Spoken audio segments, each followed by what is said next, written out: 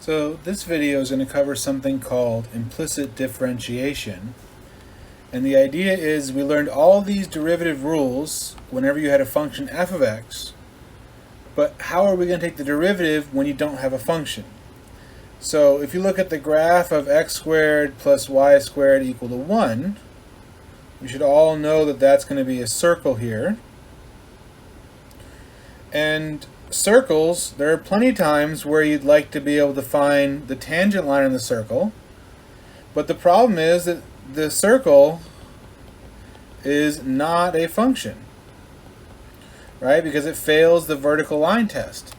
And if it's not a function, then the power rule, the quotient rule, chain rule, all that stuff is not going to help us because that only works for functions. Okay then.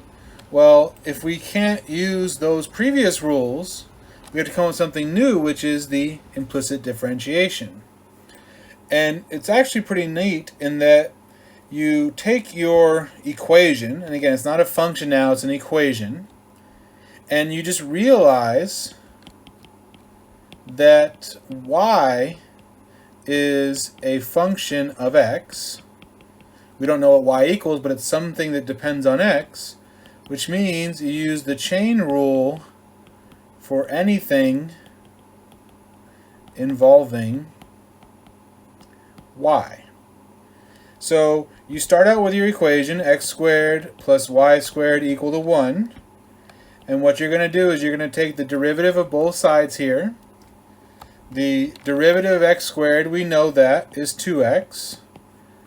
And now y squared, you just pretend like it's an x, and it would be 2y. But then the chain rule says you have to multiply by the derivative of what's inside, which is your y prime. And then the derivative of 1 is 0. And what you're going to do is you're going to get an equation that has y prime in it, and you're going to go ahead and you're going to solve for y prime. And once you solve for y prime, well, that means you have the derivative. So in this case here, I move some things around, I would get negative x over y. And there we just found my derivative of the function y that we were looking for. And if you want to find the tangent line now, you would go ahead and plug in your point, your x and your y value, and that would give you your tangent line. Now, what if I have something more complicated? What if I have something like e to the y plus sine y equal to y to the fifth, and I want to find the derivative? Well, we start out the same way of taking the derivative of both sides, and the derivative of e to the y is going to be e to the y. E to something goes to e to the same thing. However, we then multiply the derivative of what's inside, y prime. Then we have sine y would go to sine of something goes to cosine the same thing times the derivative inside y prime. And then derivative of y to the fifth by the power rule would be 5y to the fourth. Then chain rule kicks in times y prime. And then we'd go ahead and get our y primes all on one side.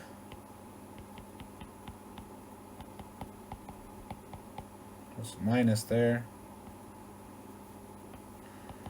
And then in this particular case we get y prime equals 0. It's not very interesting, but this is the process here.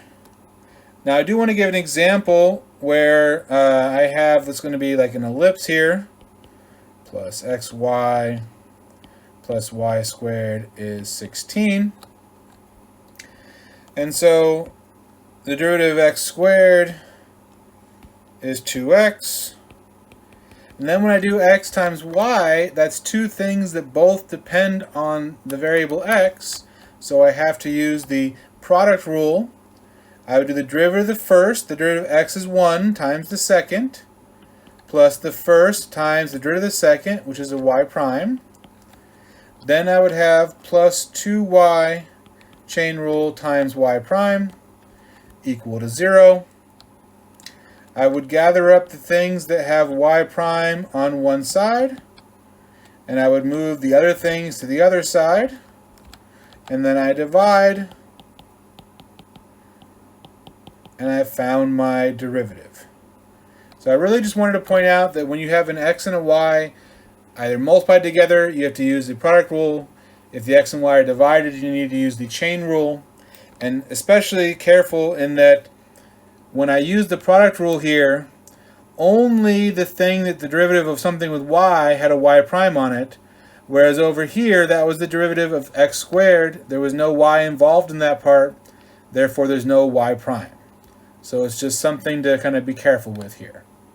And this is the way in which we can now find derivatives of things that are not functions.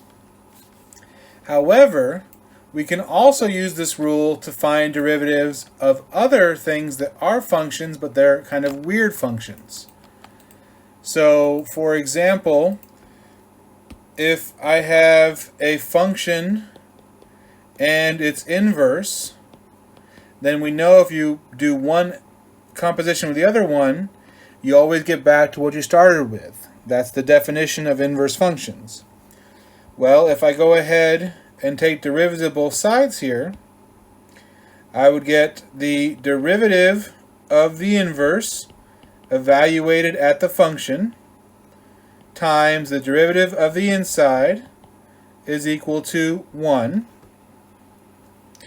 And so that means the derivative of the inverse evaluated at the function is 1 over the derivative of the thing here. And we don't like having the inside being the function. We want the inside to be just x. So I can go ahead and let y be f of x. And if that's the case, then x is going to be f inverse of y. And so finally, I can get the following here. Sorry, this is prime here.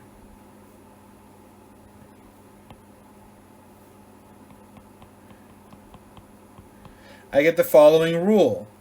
And this will allow us to take derivatives of inverses. For example, if I want to take the derivative of the natural log function, since that is the inverse of the e to the x function, maybe that's not the best notation there, but this would be 1 over the derivative of the inverse. The derivative of e to the x is e to the x, but then you plug in the inverse function ln x into it, and e to ln x cancel, and that means the derivative of ln x is 1 over x. And that's a derivative that you really want to know. It's one of the important ones. But this also works for things like sine inverse. So it's going to be 1 over, and sine inverse is the inverse of sine. The derivative of sine is cosine, but then we put the inverse function inside of that. And then you have to go back to trig and say, okay, if my angle here is sine inverse, what's my cosine, blah, blah, blah. It's a bunch of hassle. I'm skipping the work right now, but it's actually going to simplify down to 1 over the square root of 1 minus x squared. And you can do something similar for the inverse of cosine, inverse of tangent, and so on. I'm not going to go through the details here. It's kind of annoying. And really what most people do is they just memorize the derivatives of these inverses here. So the derivative of sine inverse is that. The derivative of cosine inverse is just negative over the same thing. And the one that's really important is the derivative of the inverse of tangent is 1 over 1 plus x squared. That one gets used a whole lot here. And there are ones for secant, cosecant, cotangent, but we don't actually use them that often, so if you didn't memorize them, I wouldn't worry too much about it. But regardless, this is what we're looking at here. So we can do implicit differentiation, and we can find derivatives, and now we can use that to find derivatives of inverse functions as well.